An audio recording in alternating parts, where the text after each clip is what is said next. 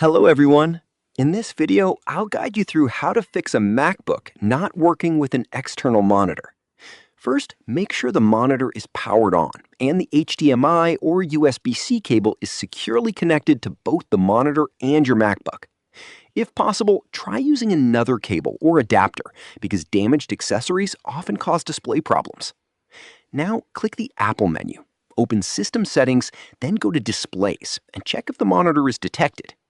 If the screen stays black, press and hold the Option key and click Detect Displays to force your MacBook to search for the monitor again. Next, restart both the MacBook and the external display to refresh the connection. You should also make sure macOS is updated to the latest version because outdated software can create display compatibility issues. If you're using a docking station or hub, connect the monitor directly to the MacBook to test it. Finally, adjust the display resolution and refresh rate in settings. After these steps, your external monitor should start working normally with your MacBook. Subscribe to the channel for more videos.